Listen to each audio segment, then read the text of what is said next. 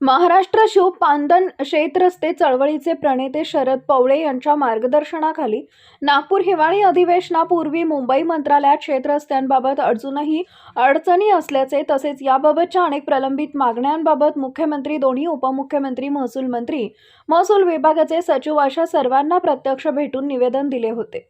तसेच नागपूर अधिवेशनात राज्यभरातील अनेक शेतकऱ्यांनी आमदार व मंत्र्यांना चळवळीची गांधी टोपी तसेच शेतकऱ्यांनी पिकवलेले पेरू देऊन गांधीगिरीच्या मार्गाने लक्ष वेधून आंदोलनाचा इशारा दिला। त्याच पार्श्वभूमीवर चळवळीचे शेकडो पदाधिकारी व कार्यकर्ते हे नागपूर हिवाळी अधिवेशनाच्या पहिल्याच दिवशी मंत्रालयावर धडकले। तेथील पोलीस बंदोबस्तात भेटून काही अधिकारी, अनेक मंत्री, विरोधी पक्षाचे नेते व अनेक आमदारांना प्रत्यक्ष भेटून शेतरस्त्यात अजूनही येणाऱ्या अनेक मागण्यांची माहिती दिली। त्यामुळे महाराष्ट्र सरकारने अधिवेशनाच्या पहिल्याच दिवशी मुख्यमंत्री बळीराजा पांदन रस्ते योजना घोषित करत शेतरस्ते पीडित शेतकऱ्यांना काही प्रमाणात दिलासा दिला। चळवळीच्या सर्व मागण्यांचा मुद्दा शिवसेनेचे नेवासाचे आमदार विठ्ठल लंघे यांनी सभागृहात मांडल्यानं शिव पांदन शेतरस्ते चळवळीच्या वतीने त्यांचे आभार मानले आहेत।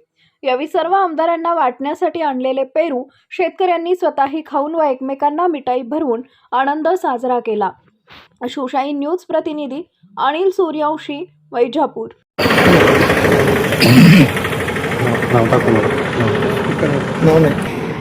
शेजारा काय सांगाल, विठ्ठलराव लंघे आमदारांनी आज लक्षवेधी मांडलेली आहे। आपण आता प्रवासात मध्येच आहेत, या ठिकाणी आपण नागपूरहून आता इथपर्यंत आलोय, संभाजीनगरपर्यंत रस्त्यात आपण थांबलोय।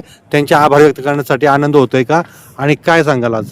खरंच तमाम महाराष्ट्रातील शेतकऱ्यांसाठी आनंदाचा उत्सवाचा दिवस आहे की आज एका नेवाशाचे आमदार विठ्ठलरावजी लंघे साहेब यांनी आज शेतकऱ्यांचे मनं जिंकलेली आहेत आणि सरकारने शेतकऱ्यांची मनं जिंकलेली आहेत। या संदर्भात राज्याचे मुख्यमंत्री देवेंद्रजी फडणवीस साहेब असतील, उपमुख्यमंत्री एकनाथजी शिंदे साहेब असतील, उपमुख्यमंत्री अजितदादा पवार साहेब असतील, राज्याचे धडाडीचे मुख्यमंत्री महसूल मंत्री चंद्रशेखर बावनकुळे साहेब असतील, या सर्वांना शेतरस्त्यांच्या प्रश्नांवर आपण मुंबई येथे मंत्रालय येथे जाऊन शेतरस्त्यांच्या प्रश्नांवर विशेष शासन निर्णयाच्या अंमलबजावणी संदर्भात मुंबई येथे मंत्रालयात निवेदन दिले होते।